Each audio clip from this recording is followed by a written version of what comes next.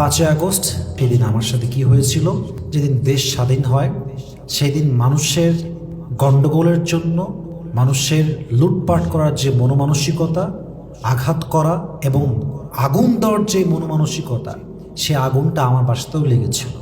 But এই আগুনটা আমার বাসায় দেওয়া হয় নাই, পাশে দেওয়া হয়েছে বিধায় আমার বাসায় আগুনটা ধরে। সেই দিন আমি বাসায় ছিলাম, আমি অন্য জায়গায় থাকি, আমার আব্বা আম্মা অন্য জায়গায় থাকে। হঠাৎ করে আমার ফোনে কল আসলো, আমার বোন কল দিয়েছে। কলটা ধরে আমি শুনতে পাচ্ছি আমার বোন প্রচণ্ড চিৎকার করতেছে, কান্নাকাটি করে, অবস্থা খুবই খারাপ। I was so happy because আমরা জাস্ট এই তো সংবাদ পেয়েছি, দেশ স্বাধীন হয়েছে, দেশে আমরা একটা সুন্দর রাজ্য পেতে যাচ্ছি। আমি খুশি ছিলাম সেই সময়। জাস্ট ঠাস করে আমার বোনের কল পেয়ে আমার সব কিছু কাঁপাকাঁপি শুরু হয়ে গেছে। আমার কলিজা কাঁপতেছে, আমার আত্মা কাঁপতেছে, কারণ আমার বোন আছে ছোট, আমার বড় বোন আছে, আমার মা আছে সে বাসাতে। আমাকে বললো বাসায় আগুন লেগে গেছে, তুমি যেখানে আসো, যে কোনো মুহূর্তে, এই মুহূর্তে তুমি বাসায় আসো। বলতো আমার বাসার পাশে পুলিশদের একটি কার্যালয় আছে।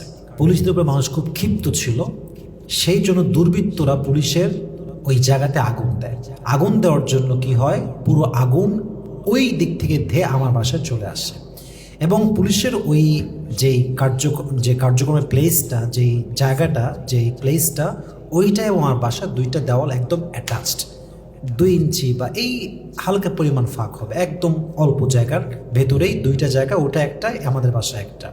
তো যখন আগুন লেগেছে আমার মা প্রথমে বুঝতে পারেন নাই। আমার মা বাসায় ছিলেন, আমার ছোট্ট একটা বোন আছে বুসরা, সেও বাসায় ছিল।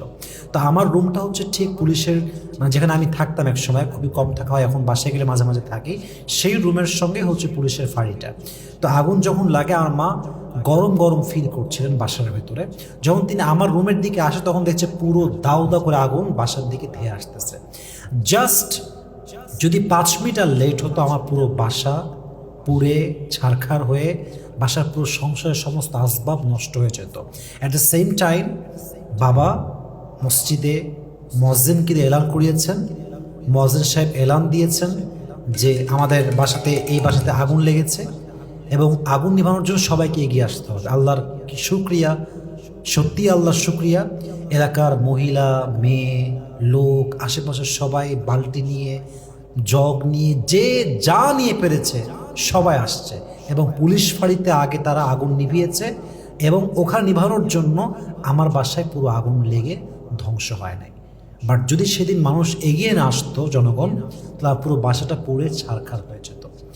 এজন্য আমি তো বেঁচে গেছি, আমার পরিবার বেঁচে গেছে, বাট অনেকের পরিবার আছে যারা এইরকম দুর্বৃত্তদের হাতে পড়ে জীবনও গেছে, অর্থ সম্পদ সব গেছে। ঠিক কিনা বলেন যুবক ভাইয়েরা? এটা আমাদের জন্য খুবই লজ্জার বিষয়, খুবই লজ্জার বিষয়। তো যারা দেশে অরাজকতা তৈরি করছেন, দুর্বৃত্তরা যারা আঘাত করছেন, আমাদেরকে সোচ্চার হতে হবে। প্রত্যেকটা মোড়ে মোড়ে, বাসার সামনে, এলাকার মোড়ে, বাসার গলিতে আমরা সোচ্চার থাকবো যতক্ষণ পর্যন্ত দেশ শান্ত না হচ্ছে। আমাদের নিরাপত্তা আমাদেরকে সুনিশ্চিত করে বাঁচতে হবে। ঠিক কিনা বলেন? বিশেষ করে যারা পুরুষ আছেন তারা ট্রাই করবেন ডিউটি দেওয়ার জন্য বাঁশ নিয়ে, লাঠি নিয়ে দাঁড়ায় থাকবেন। যে কোনো ডাকাত, কোনো দুর্বৃত্ত, বিশেষ করে টোকায় আছে, দেখবেন টোকায় যারা বংশ পরিচয় নাই, বাপ নাই, মা নাই, একদম হতচ্ছাড়া যারা বলে আমরা, এদের কিন্তু কোনো পরিচয় নাই এবং এরা আপনাকে মারতে 1 সেকেন্ডও ভাববে না। আপনি যেই হন, হুজুর হন, যে হন, ওদের স্বার্থ, সম্পদ, টাকা পয়সা আপনাকে কোপায় হলেও এগুলো তারা নিয়ে যাবে। এই জন্য যেহেতু পুলিশ এখন পরিপূর্ণ মাঠে নামে নাই, আমাদের নিরাপত্তা আমাদেরকে পরিপূর্ণ সুনিশ্চিত করে আগামীর দেশটা আমাদেরকে গড়তে হবে। ঠিক কিনা বলেন যুবক ভাইয়েরা? আল্লাহ আমাদের সবাইকে হেফাজত করুক, আল্লাহ আমাদের সবাইকে নেক হায়াত দান করুক। আমরা সকলেই মন খুলে পড়ছি আমিন।